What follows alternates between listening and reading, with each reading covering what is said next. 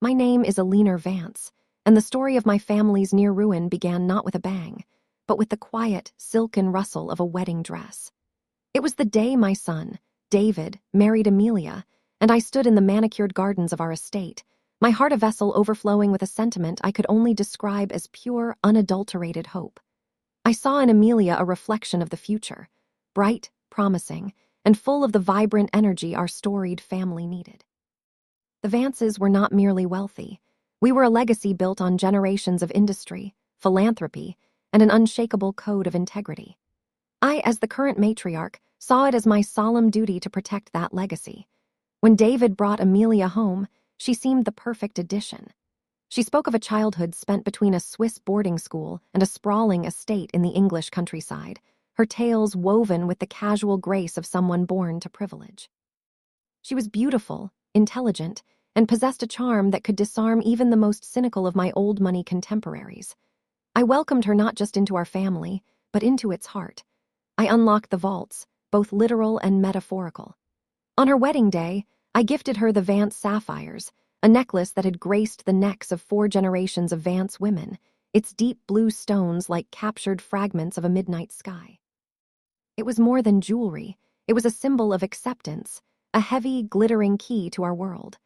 I also established a generous trust for the new couple, a sum of $2 million, to ensure they could begin their life together without the slightest financial concern, a foundation upon which they could build their own chapter of the Vance story.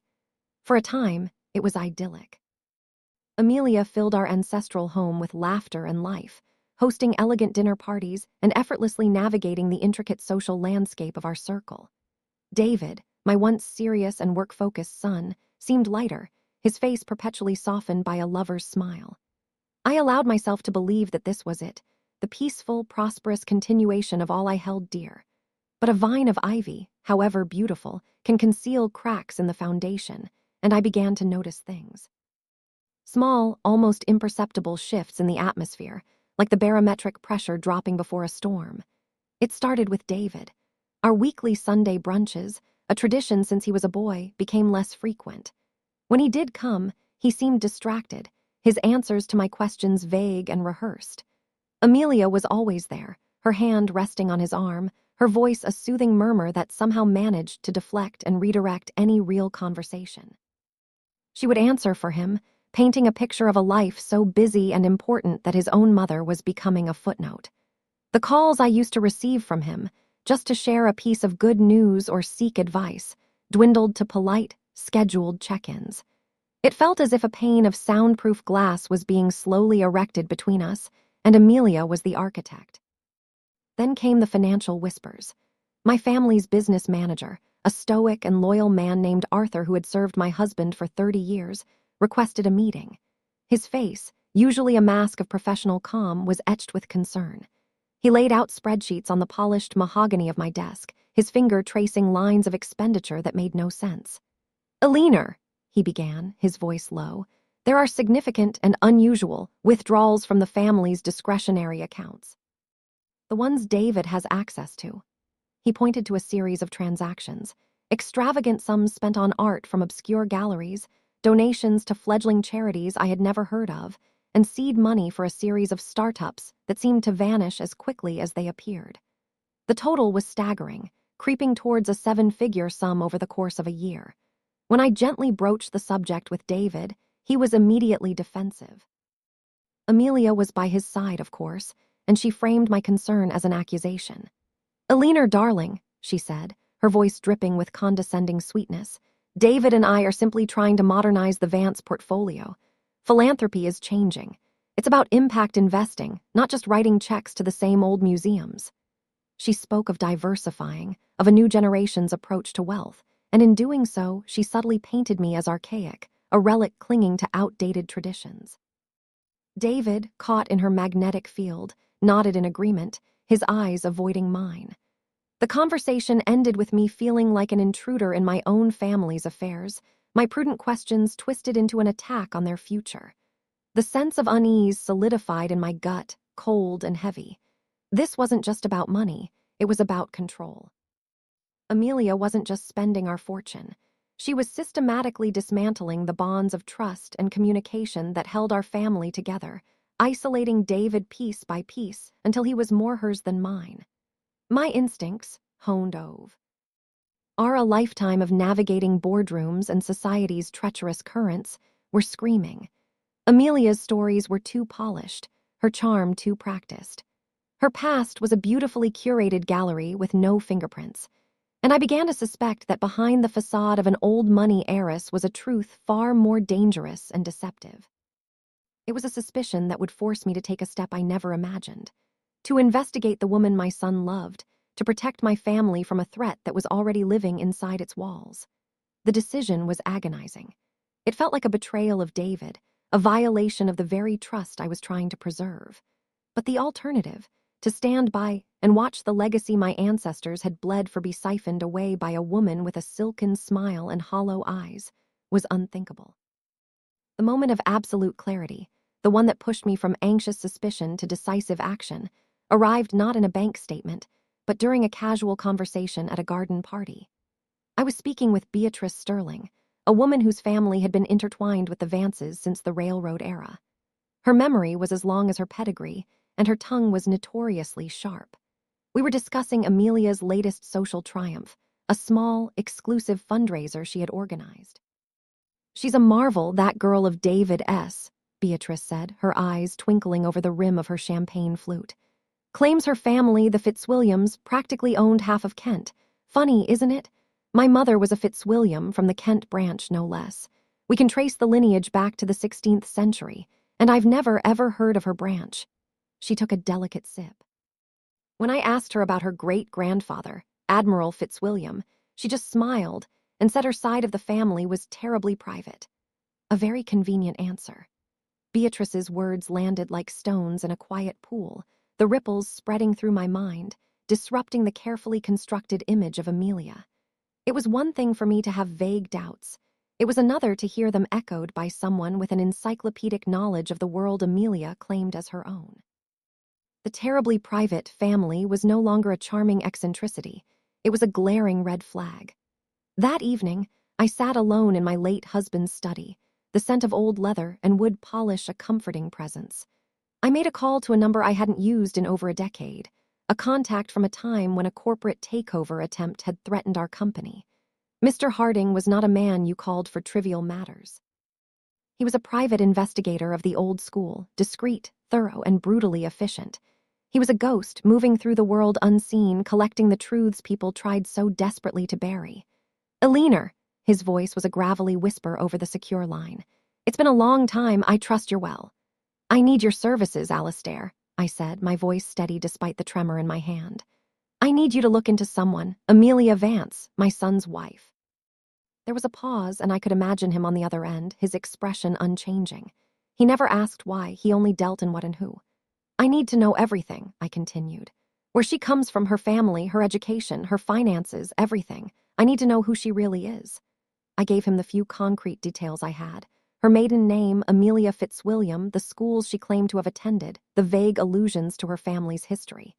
"Be discreet, Alistair." "My son cannot know. No one can." "Discretion is my business, Eleanor," he replied.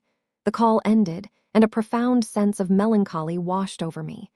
I was now actively working against my son's happiness, or at least his perception of it. There was a deep, aching guilt in my chest, a fear that if my suspicions proved unfounded, I would have irrevocably damaged my relationship with David over a fit of paranoia. But if I was right, the damage was already being done, and I was the only one in a position to stop it. I was defending my family from a phantom, and I could only pray that Alistair Harding would be able to give it a face. The waiting was the hardest part, a period of forced smiles and feigned normalcy that stretched over several weeks. The first report from Mr. Harding arrived not as a clandestine envelope, but as a coded email directing me to a secure server. I locked the door to my study, my heart pounding a frantic rhythm against my ribs. As I read, the blood drained from my face. The world Amelia had so carefully constructed began to dissolve into a mist of lies. The Swiss finishing school she had so often referenced, a place of prestige and tradition. There was no record of an Amelia Fitzwilliam ever having attended. The same was true for the university in England where she claimed to have studied art history. Harding's report was methodical, a systematic dismantling of her entire educational history. He had checked enrollment records, alumni associations, even Yay. Our books. She was a ghost. Then came the family. The old money Fitzwilliams of Kent were, as Beatrice Sterling had suspected, a complete fabrication. There was no sprawling estate, no private lineage. Harding's international contacts found no trace of any Fitzwilliam family matching Amelia's description with any significant wealth or property. They simply didn't exist in the way she described. The report was filled with negatives, a litany of no record found, unable to verify, and inconsistent with known facts. It was a portrait of a woman who had seemingly sprung into existence 5 years ago with a polished accent and an impeccable wardrobe. Before that, the trail went cold. The lack of a past is as telling as a sordid one, a leaner, Harding noted in his summary. People like this don't just appear, they are created. The question is, who was she before she became Amelia Fitzwilliam? That question haunted me. With every polite smile Amelia gave me, every charming story she told at dinner parties, I saw not a daughter-in-law, but a masterfully crafted illusion. I started to observe her more closely, looking for the cracks in her performance. I noticed the way her eyes would dart around a room, assessing, calculating. I saw the fleeting look of panic when an old acquaintance of mine asked a slightly too specific question about a London neighborhood she claimed to know well. She was a brilliant actress, but even the best actors can't stay in character forever. The financial drain continued, now more brazen than before. It was all being funneled into her grand new project, the Nightingale Charity Gala. It was to be the social event of the season, a high society affair to benefit underprivileged artists. Amelia had positioned herself as the chairwoman, the benevolent patroness. She used the Vance name to secure a historic venue, to court high-profile sponsors, and to sell tables at exorbitant prices. To the outside world, she was a philanthropic powerhouse. But I, armed with Harding's initial findings, saw it for what it was, the ultimate move in her game of social chess. This gala wasn't about charity. It was about cementing her status, making her so deeply embedded in our world that she would be untouchable. It was her coronation, funded by the very family she was deceiving. My guilt over the investigation began to recede, replaced by a cold, hardening resolve. I was no longer just protecting my family's finances. I was fighting for its very identity against a woman who was attempting to steal it and replace it with a counterfeit version of her own making. I authorized Harding to dig deeper, to spare no expense. I needed to find the person she was before. I needed to find the truth, no matter how ugly it was. And I had a dreadful feeling that the truth was buried somewhere dark, deep, and dangerous. While Amelia was consumed with the preparations for her grand gala, a masterpiece of social engineering, Mr. Harding was quietly excavating her past. His second report landed with the force of a physical blow. He had found her. Not Amelia Fitzwilliam, the sophisticated heiress, but a woman named Abigail Finch from a dusty, forgotten town in rural Ohio. The contrast was so stark it was almost comical. The file contained a grainy high school yearbook photo of a girl with hopeful eyes and a shy smile, a world away from the polished, predatory grace of the woman my son had married. Her parents were simple, working-class people who had passed away years ago, leaving Abigail with nothing but a small, heavily mortgaged house and a mountain of debt. She had left town at 18, telling the few friends she had that she was going to make something of herself. And in a way, she had. Harding's investigation revealed a pattern. Abigail Finch had not simply moved to the city and worked her way up. She had vanished, only for a new persona to emerge a few states over a year later. A charming young woman named Anna Dubois had appeared in a wealthy Florida community, where she had quickly ingratiated herself with a recently widowed, elderly real estate mogul. She had become his companion, his confidant, and within 6 months she had convinced him to invest his life savings into a fictitious overseas property development. By the time he realized he'd been conned, she was gone, along with nearly $3 million. The police report was attached. The victim, humiliated and heartbroken, had declined to press charges publicly, fearing the scandal. The case had gone cold. Abigail Finch or Anna Dubois had simply vanished again. This time she had resurfaced as Amelia Fitzwilliam, armed with a new name, a new accent, and a much bigger target: the Vance family. Reading the report, a chill crept down my spine that had nothing to do with the air conditioning in my study. This wasn't just a social climber with an embellished past. This was a professional, a predator who preyed on trust and affection, leaving financial and emotional ruin in her wake. Every kind word she had ever spoken to me, every embrace, every shared laugh now felt like a calculated move in a long, predatory game. My grief for my son was immense. He hadn't just fallen in love with a liar. He had married a phantom, a construct designed to exploit his good nature and our family's resources. The gala was now just a week away. It was to be Amelia's crowning achievement, the night she would be officially anointed into the highest echelons of society. I looked at the thick, embossed invitation on my desk. I was listed as the guest of honor, the primary benefactor. She was using my name, my reputation, my money to build a throne of lies. My initial instinct was to confront her immediately, to throw the evidence in her face and watch her perfect facade crumble. But I knew that would be a mistake. She would deny everything, paint me as a jealous, interfering mother-in-law. She would twist the narrative, and David, so deeply under her spell, would likely side with her. A private confrontation would become a messy, domestic battle that she was an expert at winning. No, this required a different approach. Her greatest strength was her public image, the carefully crafted persona of grace and benevolence. If I was to dismantle her, I had to do it in the very arena she had chosen for her coronation. The stage she had built for her triumph would have to become the stage for her downfall. A plan began to form in my mind, a strategy as cold and precise as a surgeon's scalpel. It was risky, and it would be painful for everyone involved, especially David. But the rot had to be cut out before it consumed the entire family. I would attend the gala. I would sit at the head table as the guest of honor, and I would wait for the perfect moment. I sent one final encrypted message to Mr. Harding. I need one more thing, a single, verifiable detail from the Abigail Finch timeline that is both obscure and undeniable, something personal. He replied within the hour. It was perfect. A detail so small, so specific, it would be a dagger aimed right at the heart of her deception.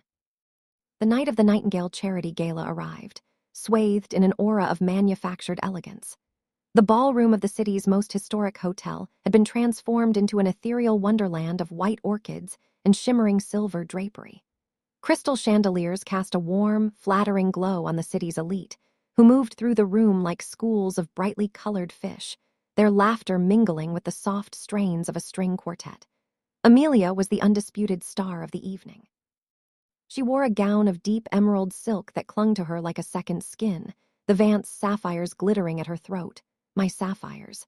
She moved through the crowd with a radiant confidence, her hand linked with David's, accepting accolades and compliments as if she were born to them. Watching her, so perfectly in her element, I felt a strange mixture of cold fury and a kind of detached admiration for her audacity. She was a truly remarkable artist, and her medium was deceit. I played my part, the proud matriarch. I greeted old friends, smiled graciously for photographers, and allowed Amelia to guide me to the head table, right at the center of the room, overlooking the entire assembly. David, seated between us, squeezed my hand. "Isn't she incredible, Mom?" he whispered, his eyes shining with pride as he watched his wife command the room. "She built all of this from nothing." The irony was so thick I could have choked on it. "She is certainly something, dear," I replied, my voice carefully neutral. The first part of the evening passed in a blur of speeches and presentations. The mayor spoke. The head of the museum board spoke. Amelia herself took the podium to deliver a moving, eloquent speech about the power of art to uplift the human spirit. She spoke of her own fictional upbringing, surrounded by beauty and culture, and her deep, abiding desire to give those less fortunate the same opportunities. The applause was deafening. She was magnificent. I felt a pang of something akin to pity for the woman she could have been, had she channeled her immense talent and intelligence into something genuine. Then came the break, a brief interlude before the main auction. The string quartet began to play again, and the low hum of conversation filled the room. David excused himself to speak with a business associate, leaving Amelia and me at the table. Amelia leaned towards a woman next to her, a notorious gossip columnist named Brenda Carlyle, and they began to whisper. Amelia must have felt the event was going so perfectly. her position so secure that she grew careless. The audio technician, preparing for the auctioneer, had already switched on the podium microphone, testing the levels. He hadn't accounted for its sensitivity, for its ability to pick up the conversation happening just a few feet away.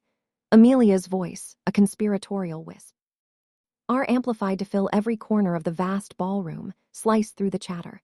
"I just need to keep the senile old hag happy for a few more years," she said, her tone dripping with a contempt she never dared show to my face. "Once her health really starts to fail, David will sign over full control of the estate. Then we're set for life. She's so easily managed, bless her heart." A vacuum of sound followed her words. The string quartet faltered, a violin screeching into the sudden, oppressive hush.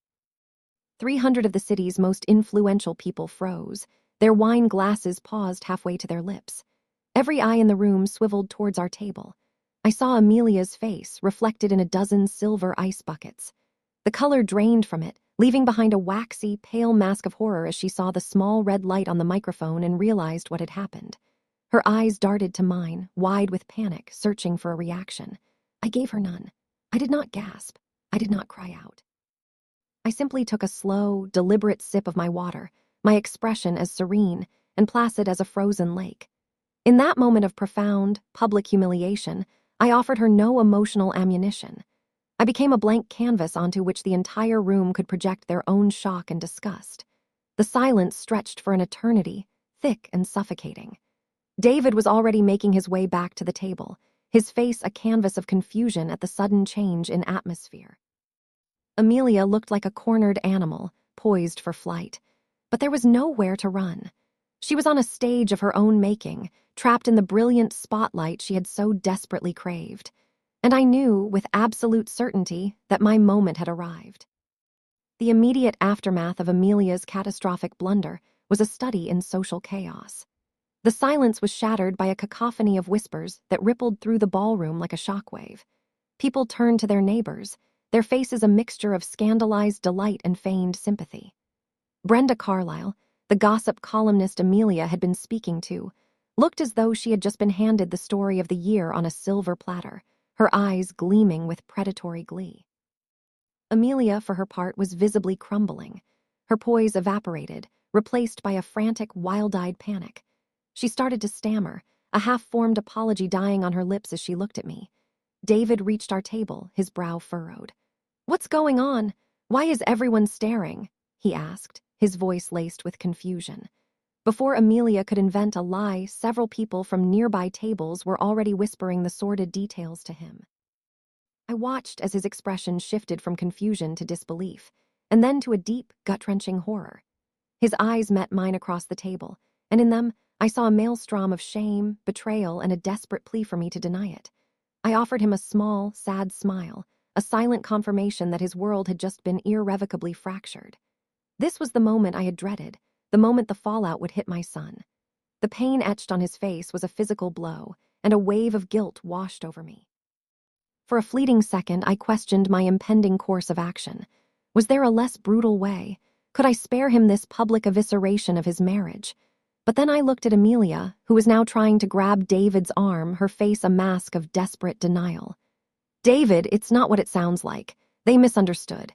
It was a joke, a terrible, terrible joke," she pleaded, her voice cracking.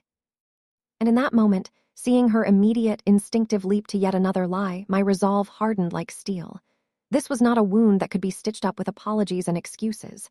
It was a cancer that needed to be excised completely. The event's coordinator, a flustered man with a sweat-beaded brow, rushed to the podium. "Ladies and gentlemen, a slight technical difficulty," he announced, his voice trembling. "We will resume the auction in just a few moments." But no one was listening. The drama at the head table was far more compelling than any bidding war. The air was thick with tension, a palpable, crackling energy. I knew I had to act now, while the entire room was hanging on every breath, every flicker of an eye. My name was next on the program, scheduled to give a brief speech and announce a special donation. Amelia had arranged it as the highlight of the evening, a moment for her to showcase her powerful, benevolent mother-in-law. Now, those few minutes on stage held a different kind of power. I placed my linen napkin neatly on the table, rose to my feet with a calm I did not entirely feel, and gave David's shoulder a gentle squeeze. "It will be all right, David," I murmured, though I knew it was a lie. Nothing would be all right for a very long time. As I walked towards the stage, a path seemed to clear for me. The whispers died down, replaced by an expectant, hungry silence. I felt hundreds of pairs of eyes on me, each one dissecting my every move. They were expecting tears, a scene, a dramatic denunciation. I was determined to give them something far more effective, the quiet, devastating power of the truth, wrapped in the elegant packaging of a cautionary tale. I reached the podium, the polished wood cool beneath my trembling fingers. I looked out over the sea of faces, curious, pitying, and judgmental. I found Amelia's eyes in the crowd. They were wide with terror. She had no idea what was coming, but she knew it would be her undoing. I adjusted the microphone, the metallic click echoing in the cavernous silence of the ballroom. I took a deep breath, steadying myself, and began to speak, my voice calm and measured, carrying to every corner of the room. "Good evening," I started, a warm, gracious smile gracing my lips. "It is an honor to be here tonight to see so many generous hearts gathered in support of such a worthy cause. The Nightingale Fund is a testament to the belief that talent should be nurtured, regardless of circumstance." I let my eyes sweep across the room, making contact with a few old friends, projecting an aura of complete and utter normalcy. "My daughter-in-law, Amelia," I paused, letting her name hang in the air for a moment, and I saw her flinch, "has done a truly remarkable job in organizing this magnificent event. Her passion and dedication are an inspiration to us all." A smattering of confused, polite applause broke out. They were expecting me to either ignore the incident or address it head-on. I was doing neither. I was setting the stage.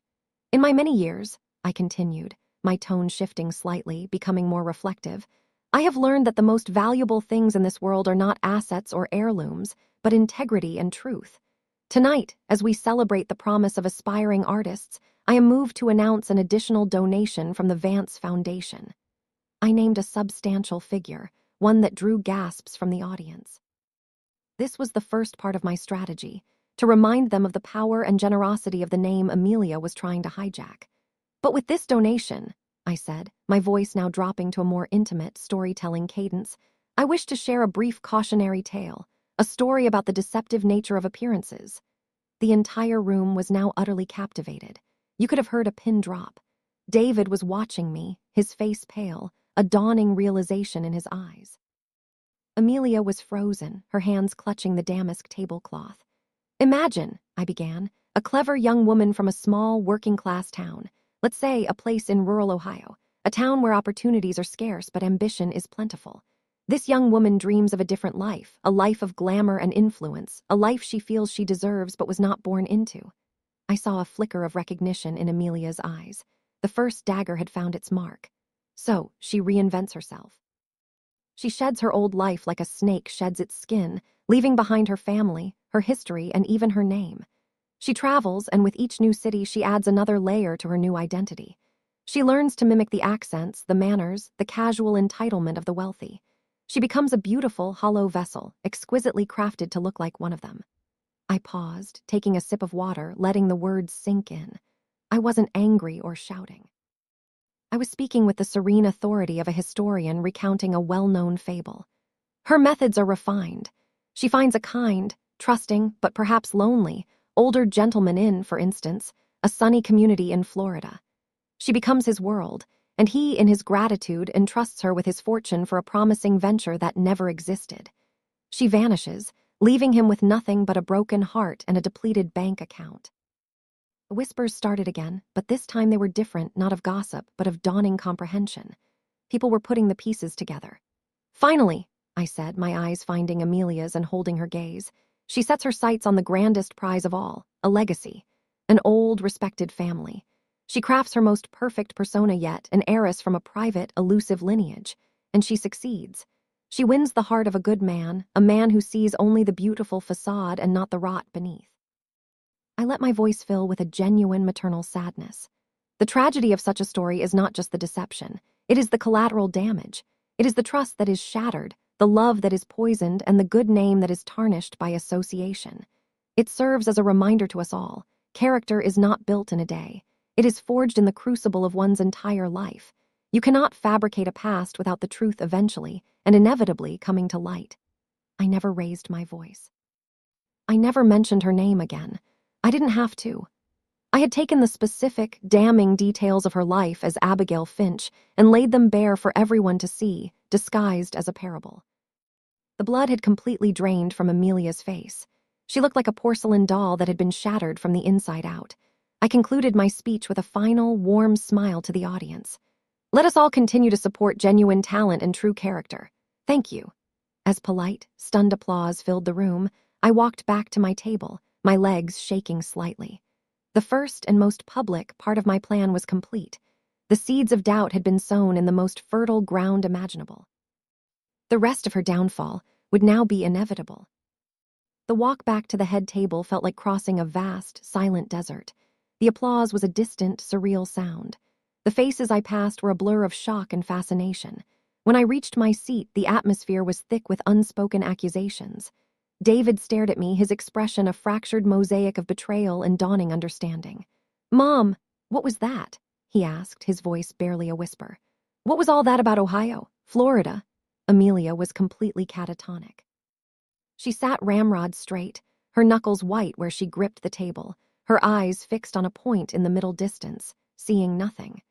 The carefully constructed world of Amelia Vance had been demolished in under 5 minutes, and she was still standing amidst the rubble, unable to process the totality of her ruin. Before I could answer David, the evening began to publicly unravel. Several prominent guests, old family friends of ours, rose from their tables and quietly made their way to the exit without a word. The gossip columnist, Brenda Carlyle, was typing furiously into her phone, her thumbs a blur. The charity's board members were huddled in a panicked circle near the stage, casting horrified glances in our direction. The gala was over. The party had died. My cautionary tale had acted as a social neutron bomb, leaving the opulent decorations and untouched desserts intact, but vaporizing the evening's purpose and Amelia's reputation. A man I recognized as one of the event's main sponsors approached our table. He looked at Amelia with undisguised contempt. "My company will be withdrawing its donation," he said, his voice cold. "We will not have our name associated with a fraud." He turned and walked away, and his departure started an exodus. Table after table began to empty. David grabbed my arm, his grip surprisingly strong. "Tell me what's going on," he demanded, his voice shaking with a mixture of anger and desperation. "That wasn't just a story." "No, David," I said softly, my heart aching for him. "It wasn't. We'll talk at home." I looked at Amelia. "Your things will be packed and sent to a hotel. You are no longer welcome in my house." For the first time, she moved. Her head snapped towards me, her eyes blazing with a desperate, venomous hatred. "You have no idea what you've done, you old witch," she hissed, her voice low and trembling, the polished accent gone, replaced by something harder, coarser. "You've ruined me." "No, my dear," I replied, my voice devoid of malice, filled only with a profound weariness. "You ruined yourself. I simply held up a mirror." With that, I stood up. I motioned for David. "Let's go home, son." He was torn, looking between me and the woman he thought he loved, his entire reality shifting beneath his feet. But the evidence of her public humiliation, combined with the specificity of my story, was undeniable. He gave Amelia one last, searching look, as if trying to find a trace of the woman he had married in the wreckage. Finding none, he slowly, painfully, followed me out of the ballroom. We left her there, alone at the head table, the Vance sapphires at her throat suddenly looking like a collar, a beautiful, glittering symbol of everything she had gained and was now, in one spectacular moment, about to lose. The silence of the car ride home was heavier than any argument could have been. It was a silence filled with David's grief and my own grim satisfaction, a feeling tainted by the deep sorrow of my son's broken heart. When we arrived at the estate, I led him into the study and handed him the file from Mr. Harding. "Read this," I said gently. "It will explain everything." He took it, his hands trembling, and for the next hour, the only sound was the rustle of paper as my son learned the truth about his wife. While David was sequestered in the study, absorbing the devastating truth of his marriage page by painful page, I made one final move. I picked up the phone and dialed a private number for a woman named Sarah Jenkins, a tenacious investigative journalist at the city's most respected newspaper. I had crossed paths with her years ago during a profile she was writing on my late husband's philanthropic work.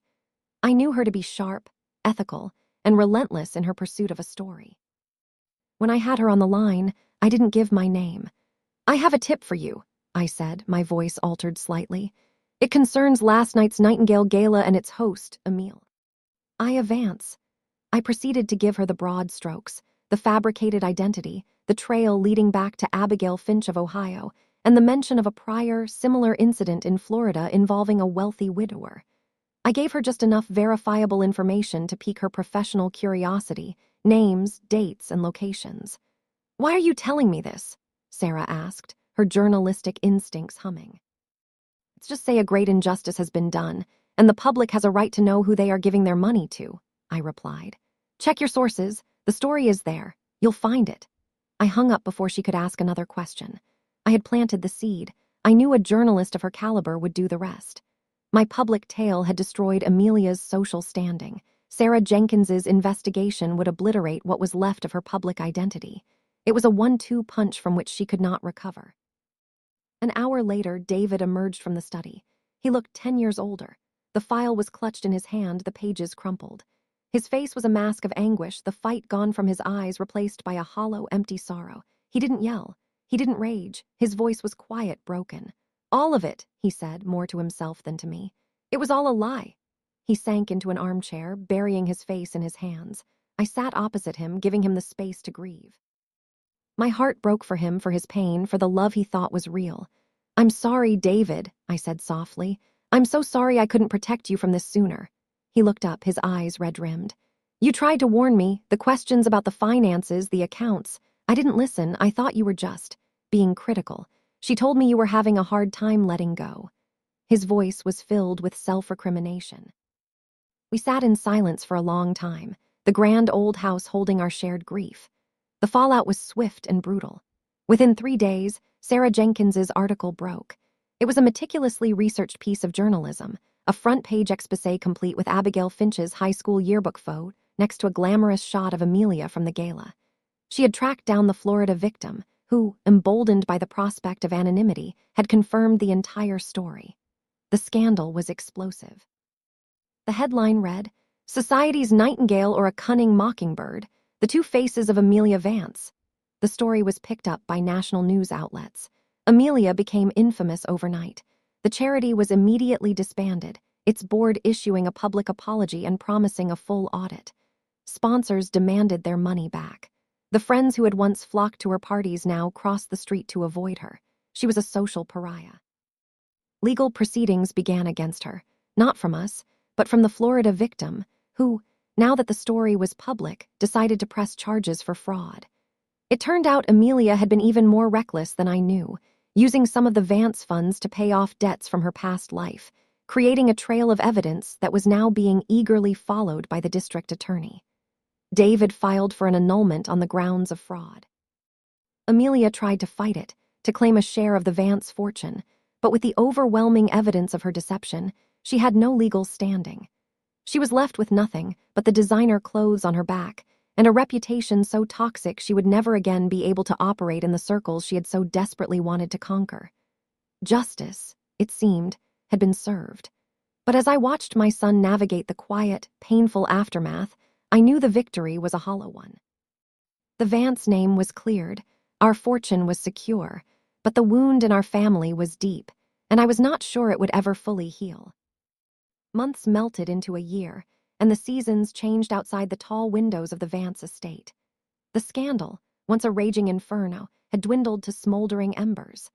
Amelia, or Abigail, as the court documents now referred to her, had accepted a plea bargain to avoid a lengthy trial, serving a short prison sentence for her fraudulent activities in Florida. Upon her release, she disappeared completely, swallowed by the obscurity from which she had so brilliantly emerged. Our lives returned to a semblance of normalcy, but it was a new, altered version of it.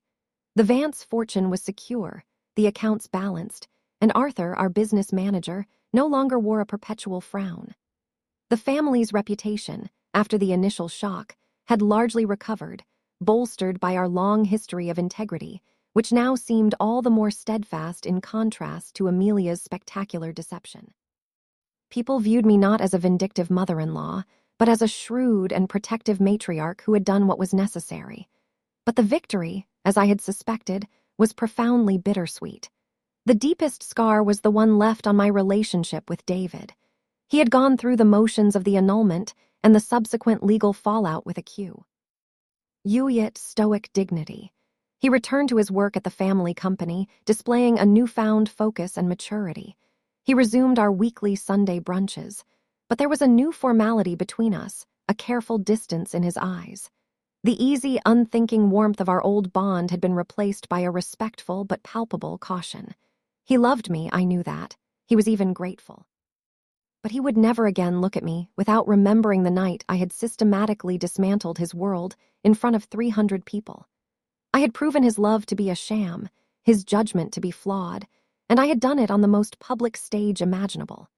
He had forgiven the act, but the memory of the humiliation was now a permanent part of our shared history, a ghost that sat between us at the dinner table. One crisp autumn evening, as we were sharing a brandy in the library, he finally spoke of it. "I sometimes wonder," he said, swirling the amber liquid in his glass, "if there was another way, a quieter way." It wasn't an accusation, but a melancholy reflection. "I've asked myself that 1,000 times, David," I confessed, my voice soft. "Perhaps there was, but she was a cornered animal, and I believe she would have destroyed you and this family in any private confrontation. She would have made it your fault, my fault. She would have turned your love for her into a weapon against us. I felt I had no choice but to take away the one thing she truly valued, her audience."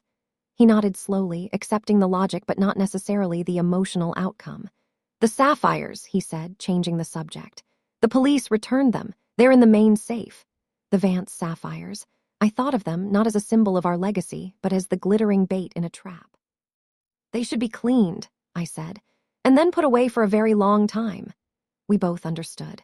They were tainted by the memory. The experience had changed me, too. The easy trust I once placed in people was gone, replaced by a more discerning, cautious nature.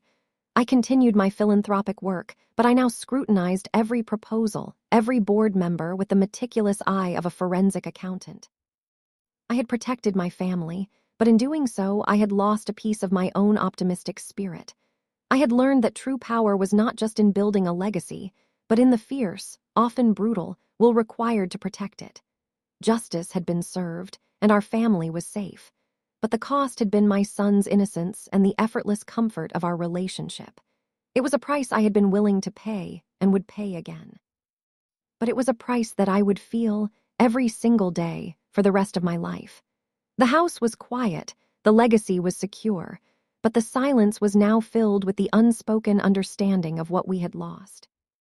As more time passed, the sharp edges of the betrayal began to soften, not disappearing, but wearing down into a less painful form. David threw himself into his work with a vigor I hadn't seen since before he met Amelia. He was no longer the carefree, slightly naive man who had been so easily blinded by a beautiful facade. He was more serious, more insightful, and far more shrewd in his dealings, both professional and personal. He had been forged in a fire, and while it had burned him, it had also tempered him into a stronger man, a man truly ready to one day lead the Vance family. Our relationship slowly began to mend, not back to what it was, but into something new. The respectful distance was gradually replaced by a different kind of bond, one built on a shared, painful experience and a mutual understanding of the complexities of the world. He started to ask for my advice again, not just on business matters, but on life. We began to talk, really talk about the future, about the kind of legacy we wanted to build together, one that valued wisdom and discernment as much as it did wealth and influence. One day, he came into my study and sat in the armchair opposite my desk, the same one where he had sat, broken, after reading Harding's file. "I've been thinking about the Nightingale Fund," he said. I raised an eyebrow. The name was still poison in the city. "The idea behind it was good," he clarified. "The execution was a lie, but the mission, helping young artists who have nothing but talent, that's a Vance value." He then laid out a proposal for a new foundation, one that would be rigorously managed and transparently run, dedicated to providing scholarships and grants to underprivileged artists. It would be called the Alina Vance Foundation. "For integrity and truth," he said, echoing the words from my speech at the gala. Tears welled in my eyes. It was his way of saying he understood. It was his way of taking the ugliest chapter of our lives and creating something beautiful and lasting from it. The launch of the new foundation was a quiet affair, not a lavish gala, but a heartfelt press conference. David stood at the podium and spoke of second chances, of the importance of character, and of turning painful lessons into positive action. He spoke of his mother's strength and wisdom, and as he did, he looked directly at me. In his eyes, I no longer saw the ghost of that horrible night, but a deep, abiding respect and a love that had been tested and had, against all odds, endured. I realized then that my cautionary tale had had a far greater impact than I could have imagined. It had not only exposed a predator, but it had also served as a profound lesson for my son. He had learned the difference between charm and character, between appearance and substance. He would never be fooled that way again. The Vance legacy was not just secure, it was now in the hands of a wiser, stronger leader. The wound was still there, a faint scar on the heart of our family, but it was no longer a source of pain. It had become a reminder of our resilience, of the lengths we would go to protect one another, and of the enduring power of truth, no matter how painfully it is revealed. I had won the war, and though I mourned the battle, I knew, with a quiet certainty that settled deep in my bones, that my family's future was finally, truly safe. The silence in the house was no longer one of grief, but of a peaceful, hard-won tranquility. The Alina Vance Foundation became a resounding success, a quiet but powerful force in the art world. David managed it with a meticulous hand, ensuring every dollar went to a deserving artist, every scholarship awarded based on pure merit. He found a new purpose, a passion that was wholly his own, born from the ashes of his personal tragedy. It helped him heal, and in turn, it helped our family redefine itself in the public eye. We were no longer the subjects of a scandalous story, but the architects of a positive new narrative. With the passage of time, I found myself reflecting on Amelia. I occasionally wondered what had become of Abigail Finch. I hoped, for her sake, that she had found a way to live an honest life, that she had finally stopped running from the girl in the yearbook photo. My anger towards her had long since faded, replaced by a kind of weary pity.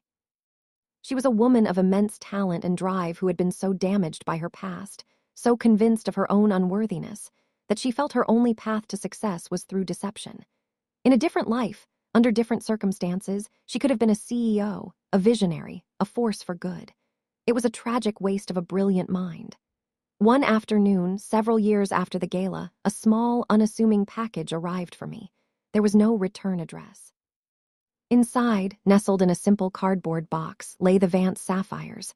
There was no note, just the necklace cleaned and polished, its deep blue stones gleaming under the light.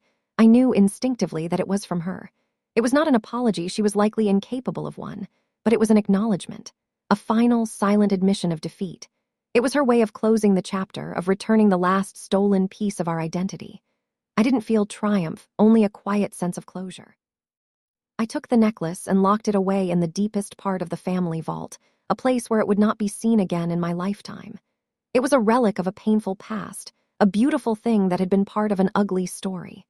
Some things I had learned could never be fully cleansed of the memories they held. My relationship with David continued to strengthen. The foundation became a project we shared, and through it, we found a new way to connect. He eventually started dating again, this time with a cautious heart and wise eyes. The woman he eventually fell for was nothing like Amelia. She was a kind, intelligent architect with a transparent past and a genuine spirit. When he brought her to meet me, there was no performance, no artifice. There was just honesty. I welcomed her into the family, this time with a love that was tempered by experience but no less sincere. My life had found a new equilibrium. I was the matriarch of a family that had weathered a devastating storm and emerged stronger, wiser, and more united than before. I had made a ruthless decision on that fateful night, a decision that had caused immense pain. But as I watched my son, happy and whole, building a genuine life with a good woman, and as I saw the good our foundation was doing in the world, I knew I had made the right choice.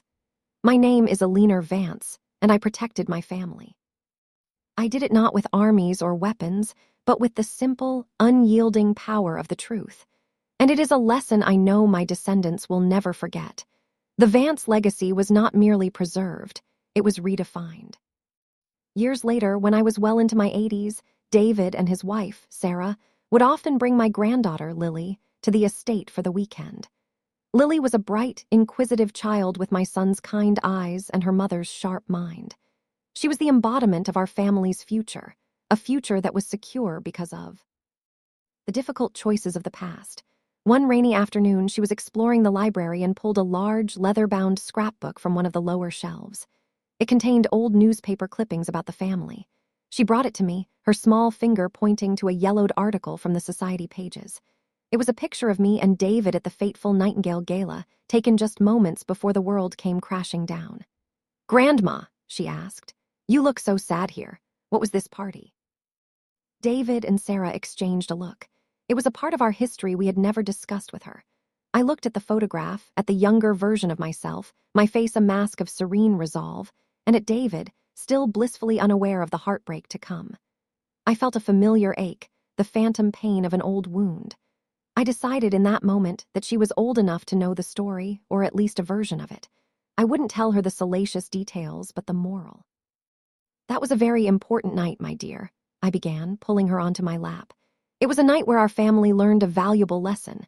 We learned that some people wear masks and that it's important to see the real person underneath."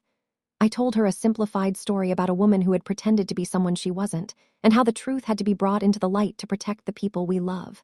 "Did it hurt?" Lily asked, her expression serious. "Yes," I said honestly. "Truth can be very painful, Lily, but it is always, always better than a beautiful lie. Lies are like building a house on sand. Sooner or later, the tide comes in and washes it all away. Truth is the bedrock. It's the foundation you can build a real life on." David came over and put his hand on my shoulder. His touch was warm and steady. "Your grandmother was very brave," he said to his daughter. "She made a hard choice to protect our family, and because of that, we're all here, safe and sound." He looked at me, and in his eyes there was no longer any trace of the old hurt, only a deep and profound gratitude that transcended words. In that moment, sitting there with my son and my granddaughter, the last vestiges of my own regret finally lifted. I saw the full arc of the story, not as a tragedy or a bitter victory, but as a necessary trial by fire. We had walked through the flames and survived. The pain had been real, but the lessons it taught were invaluable, passed down to a new generation. The legacy was not in the name or the money, but in the wisdom we had earned, in the strength we had found, and in the unshakable bond of a family that had faced the ultimate deception and had chosen truth, no matter the cost. My story was not just one of revenge, but of resilience. It was the story of how the Vance family had faced its greatest threat, not from a corporate raider or a market crash, but from within, and how we had emerged not just intact, but stronger and more authentic than ever before. And that was a legacy worth any price.